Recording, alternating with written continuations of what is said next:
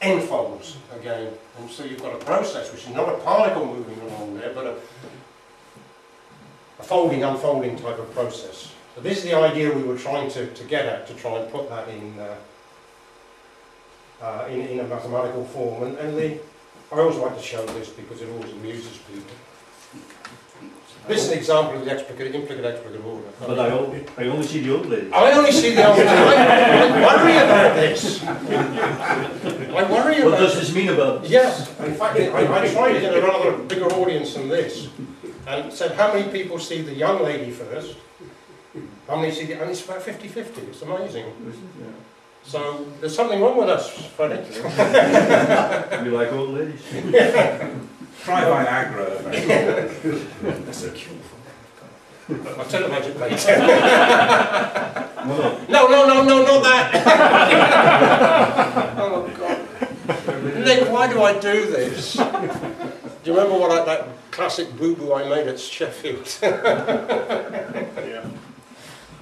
I'll never forget that. Oh, something hasn't come out here again. And I just wonder whether I should just emphasise this by this sort of toy quantum world. And that is, suppose instead of having position and momentum, I have something simpler, like position is colour, but there's only two colours, it's red or blue. Momentum, I just have shape. So it's either a sphere or a cube. And of course the point is that shape and colour don't commute, they're operators which they don't commute. And you see, I say this because I used to play cricket when I was a young man. And what I wanted was red spheres. Without red spheres, I cannot play cricket. But in this world, I can only see if I've got glasses on. So I've got one pair of glasses to look for colours, in which I can't see shapes. Another pair of glasses which I can see shapes, but I can't see colours. Okay? So I've got all these objects someone's brought in. Let's have a game of cricket. So I've got to pick out red spheres. So I measure colour with my colour glasses on, and I collect all my red spheres. I then change the glasses, and I pick out of that set the shapes, spheres. And then I say, okay, here I've got my red sphere. But of course someone in the audience is like, sorry mate, this is quantum world. Check that you really have got a sphere, and what you find is that you've got 50% have turned red, 50% remain red and 50% change to blue. So the property is not the classical property, there's something else involved here. And the idea is that this is part of the explicate order. We've got one thing which we can display uniquely when we can't say anything about the other. And so we can't put everything in one picture. Oops.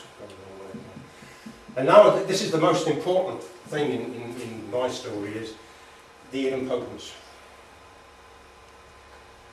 Eddington wrote many years ago that he felt that you don't want to start with an entity which is pulled in from outside, namely the particle. You want to really talk about whether something exists or it doesn't exist. And you want to talk about that mathematically. And an idempotent is something which, if you use the eigenvalue idea, it either has an eigenvalue 0 or 1, so it either exists or it doesn't exist. So the idempotent becomes the element of existence, if you like. Fine, in a commutative structure. But what happens if you've got a non-commutative structure? If a non-commutative structure, if you say something, an element has a property A and a property B, if you know whether the property A exists or it doesn't exist, you can say nothing about probability B. You can't say it exists and you can't say it doesn't exist. It just goes into the implicate order, is the way that we would put it in words. And so you're in a different game here when you're playing with non-commutative structures. And maybe this is the clue to what's going on in quantum mechanics. And this reflects the being and becoming. Yeah, this is the being. The being is the idempotent. Yeah. And the becoming is when it disappears into something. And then you see Bill's idea of the motion. It's not from point to point. Because as you're moving, the point doesn't exist anymore. So you get out of the Zeno paradox, if you think about it carefully. Okay, and then of course you can apply this to space and time, so you either get X space displayed or you get P space displayed, and these are going to be the shadow manifolds that you and I have talked about. So this whole mathematics that we've been doing with Morris has this implicit structure in it. I mean, I'm coming from the other way. I'm coming from the general philosophical ideas to see how it is, and then try and put the mathematics to show how it actually works. Okay. Oh, there's something missing there. So it doesn't always work. These things don't transfer from Macs to PCs. It's a big nuisance. The whole thing about my key was discovering that this idempotent, which is the vacuum projector, which is central to physics, was what I've been looking for in the Heisenberg algebra, because the Heisenberg algebra is nilpotent and doesn't have any idempotence in it, and therefore, in that case, that algebra is no good to me. It makes my whole theory go flat on its face. But the physicists actually have an idempotent. They introduce it in the boson algebra. Did you say nilpotent? The Heisenberg algebra is nilpotent.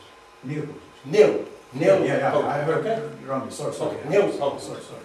And therefore you can show Yes. that nilpotent algebras don't have idempotence. That's why Walter had to do that big book on the representations of the Heisenberg algebra.